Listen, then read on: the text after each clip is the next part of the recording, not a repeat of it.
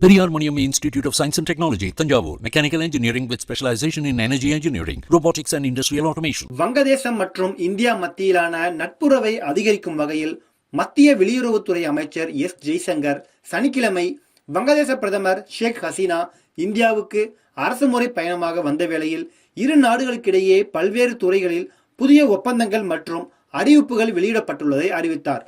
இந்த ஒப்பந்தங்கள் இரு நாடுகளுக்கிடையேயான உறவை மேலும் வலுப்படுத்தும் என்று எதிர்பார்க்கப்படுகிறது. இது குறித்து அமைச்சர் எஸ் ஜெய்சங்கர் வெளியிட்டுள்ள டெக்ஸ்ல பதிவில், பிரதமர் மோடி மூன்றாவது முறையாக பதவியேற்ற பின்பு பிரதமர் ஷேக் ஹசீனா தான் இந்திய அரசின் முதல் விருந்தினர்.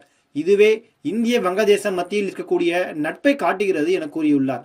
இதை தவிர்த்து சில முக்கிய அறிவிப்புகளையும் அவர் வெளியிட்டுள்ளார். வங்கதேச மக்களுக்காக இந்தியா மருத்துவ விசா வழங்கும் புதிய திட்டத்தை அறிவித்துள்ளது. இதன் மூலம் பங்களாதேஷ் நோயாளிகள் எளிதாக இந்தியாவுக்கு வந்து சிகிச்சை பெற முடியும். பங்களாதேஷின் வடக்கு பகுதியில் அமைந்துள்ள ரங்கபூர் நகரில் இந்திய துணை தூதரகம் திறக்கப்பட உள்ளது. இதன் மூலம் இரு நாடுகளுக்கு இடையேயான உறவு மேலும் வலுப்பெறும். பங்களாதேஷின் ராஜ்ஹாஷி நகரத்தையும் இந்தியாவின் கொல்கத்தா நகரத்தையும் இணைக்கும் புதிய ரயில் சேவை தொடங்கப்பட உள்ளது. இதன் மூலம் இரு நாடுகளுக்கு இடையேயான பயண வசதி மேம்படும். பங்களாதேஷின் துறைமுக நகரான சிட்டகோங் நகரத்தையும் இந்தியாவின் கொல்கத்தா நகரத்தையும் இணைக்கும் புதிய பேருந்து சேவை தொடங்கப்பட உள்ளது.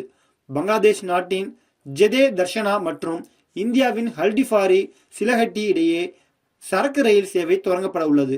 இதன் மூலம் இரு நாடுகளுக்கு இடையேயான வர்த்தகம் மேம்படும். பங்களாதேஷின் சிராஜ்கஞ்ச் நகரில் இந்திய நிதி உதவியுடன் உள்நாட்டு கண்டெய்னர் டிப்போ கட்டப்பட உள்ளது. இதன் மூலம் வர்த்தக நடவடிக்கைகள் மேம்படுத்தப்படும். நேபாளத்திலிருந்து பங்களாதேஷிற்கு 40 மெகாவாட் மின்சாரம் இந்திய மின் இணைப்பு மூலமாக மின்சார ஏற்றுமதி செய்யப்படும். கங்கை நதிநீர் பகிர்வு குறித்த ஒப்பந்தத்தை புதுப்பிப்பது குறித்து இரு நாடுகளும் ஆலோசித்துள்ளன. திஷ்டா நதியின் நீர் பகிர்வு பிரச்சனையை தீர்ப்பதற்காக தொழில்நுட்ப குழு ஒன்றை அமைக்க இரு தலைவர்களும் ஒப்புக்கொண்டுள்ளனர். இது நீண்ட காலமாக இருந்து வரும் பிரச்சனையை தீர்ப்பதற்கான முக்கிய நடவடிக்கையாகும்.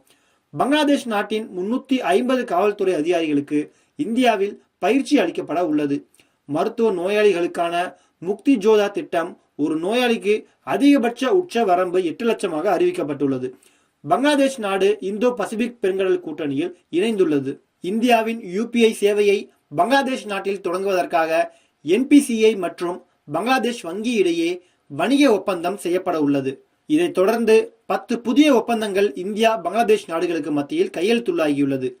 டிஜிட்டல் துறையில் இரு நாடுகளும் இணைந்து பணியாற்றும் ஒத்துழைப்பு ஒப்பந்தம், சுற்றுச்சூழல் பாதுகாப்பு மற்றும் புதுப்பிக்கத்தக்க ஆற்றல் ஆகியவற்றில் ஒத்துழைப்பு, இரு நாடுகளுக்கும் இணைந்து பணியாற்றும் ஒத்துழைப்பு ஒப்பந்தம், கடல்துறை ஒத்துழைப்பு மற்றும் நிலப்பொருளாதாரம் ஒத்துழைப்பு ஒப்பந்தம், விண்வெளித்துறை ஒத்துழைப்பு ஒப்பந்தம், ரயில்வே இணைப்பு ஒத்துழைப்பு ஒப்பந்தம், கடல் ஆராய்ச்சி, இரு நாடுகளுக்கு இணைந்து பணியாற்றும் ஒத்துழைப்பு ஒப்பந்தம், பாதுகாப்பு மற்றும் மூலோபய ஆய்வுகள் ஒப்பந்தம், சுகாதாரம் மற்றும் மருத்துவத்துறையில் புதுப்பிக்கப்பட்ட ஒப்பந்தம், பேரிடர் மேலாண்மை துறையில் புதுப்பிக்கப்பட்ட ஒப்பந்தம், மீன்வளத்துறையில் புதுப்பிக்கப்பட்ட ஒப்பந்தம்.